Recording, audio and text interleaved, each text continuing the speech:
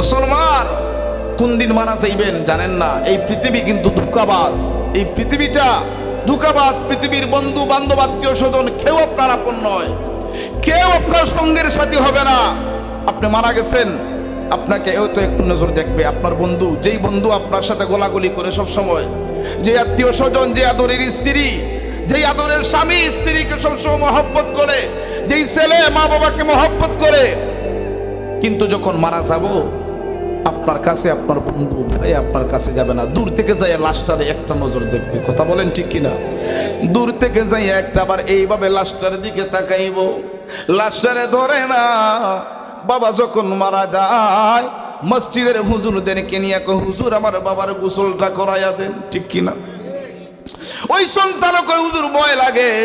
ওরে বাবা, তাহলে বোঝা গেল রে প্রাণ পাখি যতদিন ভিতরে আছে আপনার মায়া আছে, আপনার কদর আছে।